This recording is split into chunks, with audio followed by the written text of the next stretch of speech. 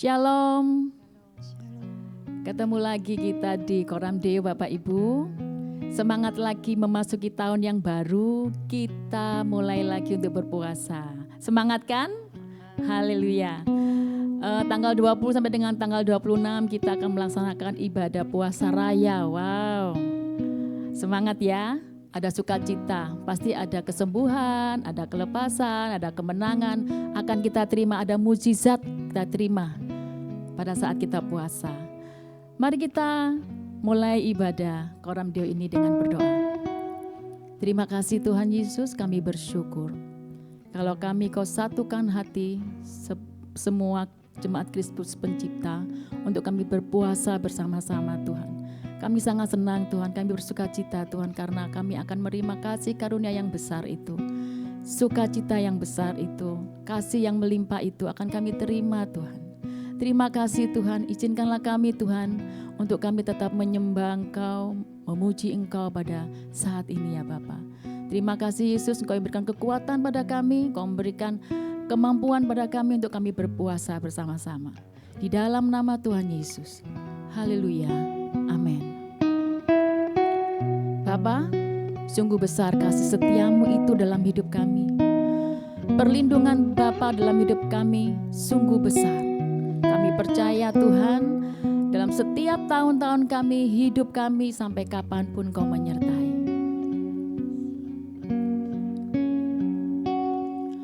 Bapa, besar sungguh kasih setiamu, nyata sungguh perlindunganmu, tak satu kuasa mampu pisahkan aku dari kasih-Mu. Bapa, ajarku selalu hormati-Mu, ajarku turut perintah-Mu, berikan ku hati untuk menyembah-Mu dan bersyukur setiap waktu, seperti Bapa sayang anaknya, demikianlah Engkau mengasihiku. Kau jadikan biji mata-Mu, Kau berikan semua yang ada padamu, seperti Bapa sayang anaknya, demikianlah Kau menuntun langkahku. Hari depan indah Kau beri, rancangan-Mu yang terbaik bagiku.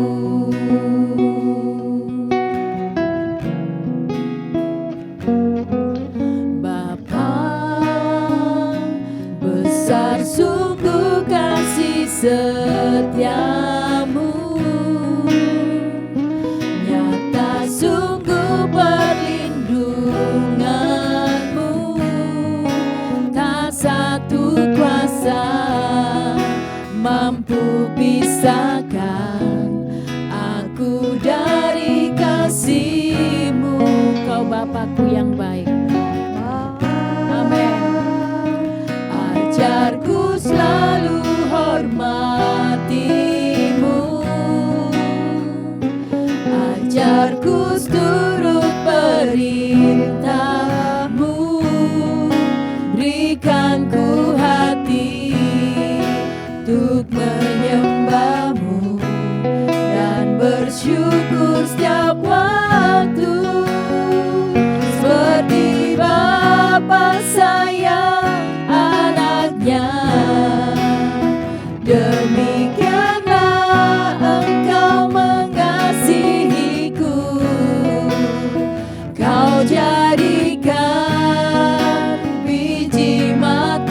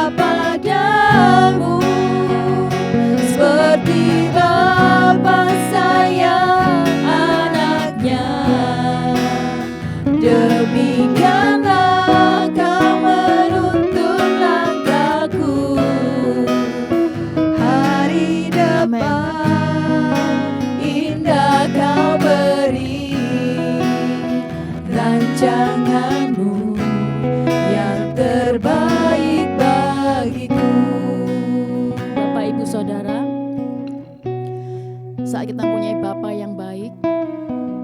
Bapa itu mengajari kita untuk selalu menghormati Dia, mengajari kita untuk turut perintahnya.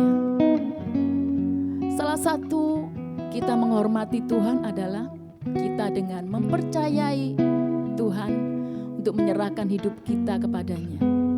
Tanpa rasa khawatir, tanpa rasa ragu-ragu, karena Dia adalah pemilik hidup kita. Bapa kita yang baik itu selalu ada. Saat engkau susah, saat engkau senang, saat engkau berhasil, saat engkau kecewa, selalu ada. Sangat sayang kepada kita. Mari kita rasakan bagaimana cinta kasih Tuhan itu melimpah dalam hidup Bapak Ibu, melimpah dalam hidup saudara. Hari ke hari yang telah kita lewati dan hari ke hari yang telah akan kita lalui nanti. Percayalah bahwa Tuhan satu-satunya ada dalam hidup kita. Kita mau pujikan pujian ini sebagai pernyataan kita kepada Tuhan dan menyembah kepada Dia. Bapa, sungguh besar kasih setiamu, nyata sungguh Tuhan perlindungan-Mu dalam hidup kami.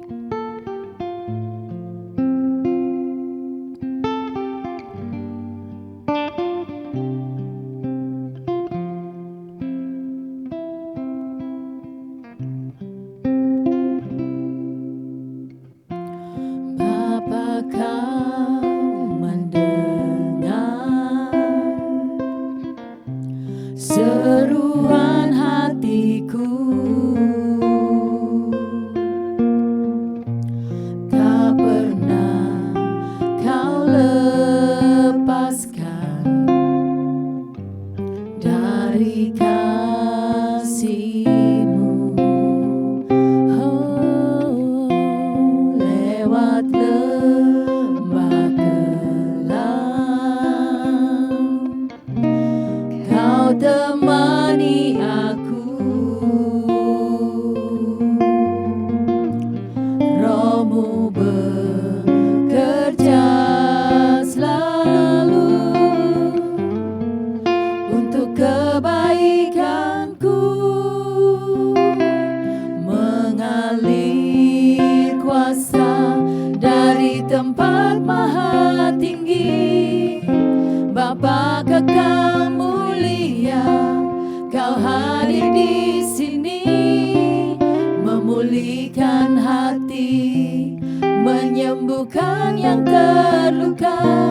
Ku kan tenang bersama-Mu, Bapa.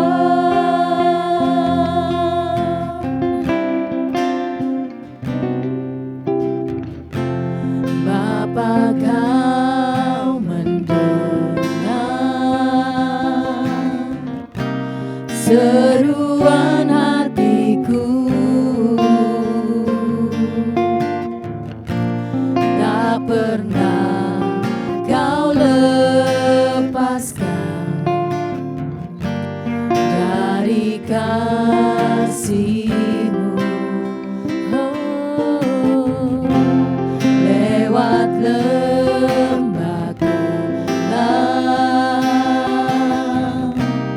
Kau temani aku, Roh-Mu bekerja selalu untuk kebaikanku, mengalir kuasa dari tempat maha tinggi. Bapa kekal mulia, Kau hadir di sini, memulihkan hati, menyembuhkan yang terluka. Ku kan tenang bersama-Mu, Bapa. Mengalir kuasa dari tempat maha tinggi. Bapa kekal mulia, Kau hadir di sini, memulihkan hati, menyembuhkan yang terluka. Ku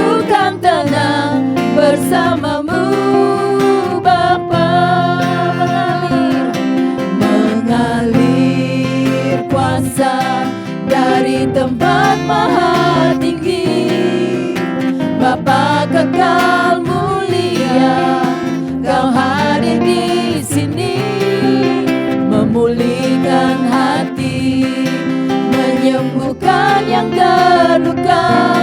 Ku kan tenang bersamamu Bapa.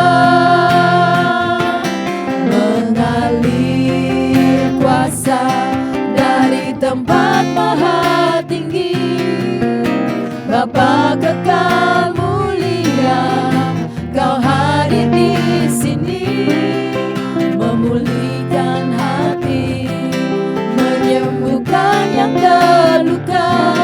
Ku kan tenang bersamamu Bapa. Ku kan tenang bersamamu Bapa. Ku kan tenang bersamamu Bapa. Mari kita sembah Dia.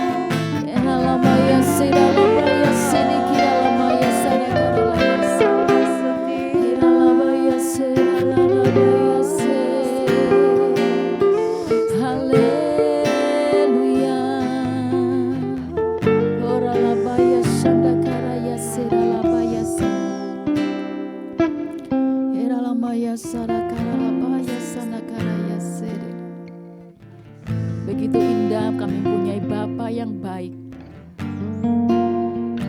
Hidup kami tenang Tuhan, hanya ada di dalam Engkau saja. Hidup kami damai Tuhan, hanya di dalam Engkau saja ya Bapakku. Engkau yang memegang hidup kami, Engkau yang pulihkan hidup kami Tuhan. Saat kami sakit, Engkau yang sembuhkan ya Bapa. Saat kami tidak tahu arah, Engkau yang menuntun hidup kami ya Tuhan. Terima kasih Bapakku yang di sorga. Terima kasih Yesus. Kami bersyukur untuk segala kebaikan-Mu. Kalau saat ini pun kami akan mendengarkan firman-Mu ya Bapa. Kami ingin Engkau ajari untuk kami taat di dalam kehidupan kami ya Bapa.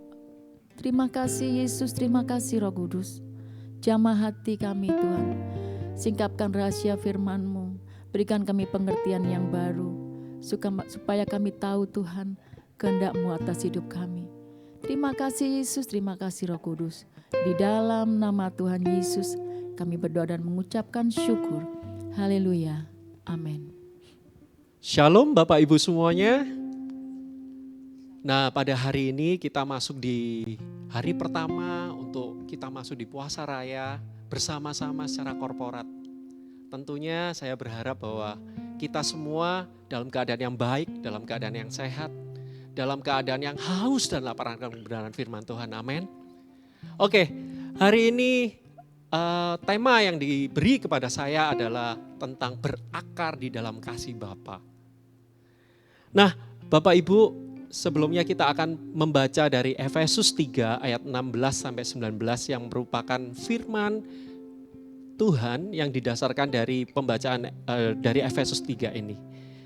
Aku berdoa supaya Ia menurut kekayaan kemuliaannya menguatkan dan meneguhkan kamu oleh rohnya di dalam batinmu. Sehingga oleh imanmu Kristus diam di dalam hatimu dan kamu berakar serta berdasar di dalam kasih. Aku berdoa supaya kamu bersama-sama dengan segala orang kudus dapat memahami betapa lebarnya dan panjangnya dan tingginya dan dalamnya kasih Kristus. Dan dapat mengenal kasih itu sekalipun Ia melampaui segala pengetahuan. Aku berdoa supaya kamu dipenuhi di dalam seluruh kepenuhan Allah. Amin. Nah, Bapak Ibu, ada dua kata yang saya bold di sini, yaitu kata berakar dan kata kasih. Nah, maksud dari kasih yang di sini adalah kasih Bapa. Saya akan coba bahas satu persatu, ya Bapak Ibu ya. Yang pertama tentang kata akar. Nah, Bapak Ibu tentunya kita tahu bahwa suatu tanaman, sebuah tanaman itu sehat atau enggak, itu ditentukan dari akarnya. Kalau daunnya sudah menguning atau daunnya mulai berontokan satu sama lain, pasti masalahnya itu di akar Bapak Ibu. Apa sih akar itu? Akar itu adalah bagian dari tanaman yang tidak terlihat, yang merupakan pondasi atau dasar, tetapi mempunyai fungsi yang sangat vital sekali. Nah, demikian juga dengan hubungan kita dengan Tuhan. Hubungan kita dengan Tuhan ibarat sebagai akar yang itu. Yang tidak terlihat. Pada waktu kita berdoa, gak mungkin kita tunjukkan, kita instastory gitu ya. Oh, saya lagi berdoa. Enggak. Hubungan kita dengan Tuhan itu ibarat kayak akar itu. Yang gak terlihat. Tetapi mempunyai kekuatan yang sangat vital di dalam kehidupan kita masing-masing. Nah, tentunya berakar aja nggak cukup Bapak Ibu. Kalau kita berakar menaruh pondasi kita kepada hal yang salah. Contoh, misalnya kita bersandar yang menjadi pondasi, yang menjadi akar kita adalah kekayaan kita. Adalah keluarga kita mungkin. Atau rekan bisnis kita, relasi kita. Atau apapun yang kita punya. Baik itu penampilan kita. Bapak Ibu, itu bukan dasar yang tepat. Oleh karena itu di firman ini dikatakan bahwa berakar di dalam kasih Bapa. Apa arti Bapa? Di dalam bahasa Latin, Bapa itu bahasa Latinnya adalah pater. Artinya ayah. Dan otomatis kalau yang namanya ayah itu adalah sumber dari segalanya. Baik itu sumber kepuasan kita, sumber dari kekuatan kita, itu adalah dari Bapa. Nah, demikian juga hubungan kita dengan Tuhan. Bapa kita yang di sorga adalah Bapa yang baik. Yang menjadi sumber dari sukacita kita, kekuatan kita, damai sejahtera kita. Oleh karena itu Bapak Ibu, saya mencoba untuk merumuskan apa arti kata berakar di dalam kasih Bapa. Saya definisikan dengan hidup yang bergantung hanya kepada Bapa dan terus bertumbuh di dalam kasih-Nya. Bergantung ini sesuatu yang secara kontinu terus-menerus dan gak cukup hanya sekali ngalami Bapa. Tetapi setiap hari, setiap waktu di dalam hidup kita alami bahwa dia menjadi sumber di dalam hidup kita. Dan terus bertumbuh. Pada waktu kita gagal, kita coba lagi. Pada waktu kita nggak berhasil, pada waktu kita salah, kita coba benerin lagi. Pada waktu kita jatuh, kita coba untuk bangun lagi. Itulah yang harusnya kita lakukan terus-menerus Bapak Ibu. Nah, gimana caranya? Di dalam pasal yang di dalam kitab bacaan yang kita baca, Tuhan, Rasul Paulus ingin kita itu mengerti. Bukan hanya cuman tahu, tapi mengerti, mengalami experience bersama dengan Tuhan. Berjalan bersama dengan Tuhan. Betapa panjang, betapa lebarnya, betapa tinggi dan dalamnya kasih Tuhan di dalam hidup kita. Ini adalah 4 dimensi di dalam bangun ruang Bapak Ibu ya. Panjang dan lebar itu tidak akan pernah ketemu. Saya diingatkan dengan satu firman yang berbunyi, Allah mengasihi kita dengan kasih yang kekal. Artinya apa? Tidak akan pernah ada ujungnya kasihnya Tuhan. Pada waktu kita nggak setia, Tuhan pun tetap setia di dalam hidup kita. Pada waktu kita jatuh di dalam dosa, Tuhan angkat kita kembali. Pada waktu kita mengalami kegagalan, Tuhan tidak menghakimi kita, tapi Dia menolong kita. Itu adalah panjang dan lebarnya kasih Tuhan di dalam hidup kita. Dan Dia mengasihi kita dengan kasih yang kekal. Bagaimana dengan tinggi? Dimensi tinggi saya kaitkan dengan satu firman Tuhan yang berkata bahwa setinggi-tingginya langit dari bumi, demikian juga tingginya jalanku dari jalanmu dan rancanganku dari rancanganmu. Bapak Ibu, berapa sering kita tuh sering kali komplain, sering kali kita mengeluh, sering kali kita nggak puas sama Tuhan. Kok begini ya, kok begitu ya. Tapi Bapak Ibu, saudara sekalian, biar hari ini kita mengerti, Tuhan mengasihi kita itu dengan rancangannya yang ajaib.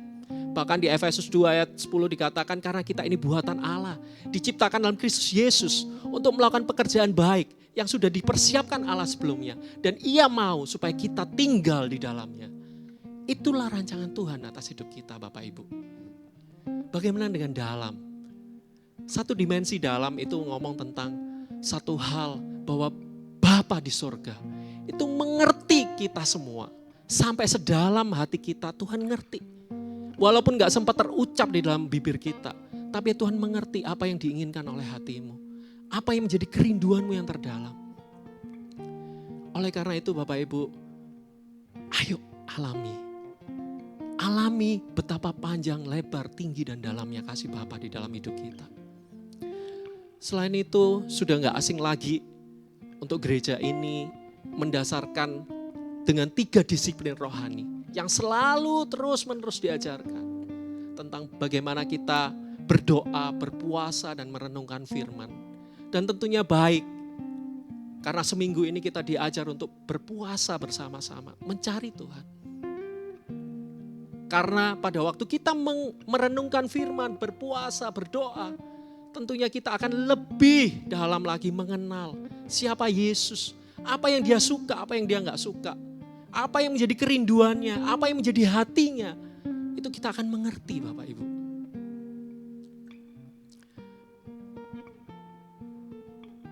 Di 2 Timotius 3 ayat 1-4, ini adalah kondisi kalau kita tidak mau berakar di dalam kasih Bapa. Dan ini sudah di-state di Alkitab, sudah di-state di firman Tuhan dikatakan seperti ini. Ketahuilah bahwa pada hari-hari terakhir akan datang masa yang sukar. Bukankah hari-hari ini adalah hari-hari yang seperti itu Bapak Ibu? Manusia akan mencintai dirinya sendiri dan menjadi hamba uang. Mereka akan membual dan menyombongkan diri. Mereka akan menjadi pemfitnah. Mereka akan berontak terhadap orang tua dan tidak tahu berterima kasih. Tidak memperdulikan agama. Tidak tahu mengasihi. Tidak mau berdamai. Suka menjelekkan orang. Tidak dapat mengekang diri. Garang. Tidak suka yang baik.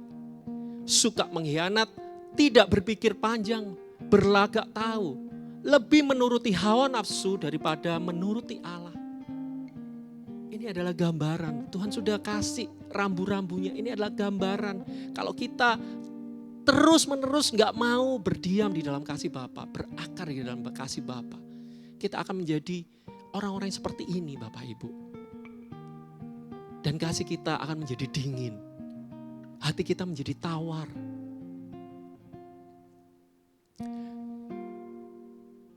Saya bergerak di dalam pelayanan generasi Bapak Ibu.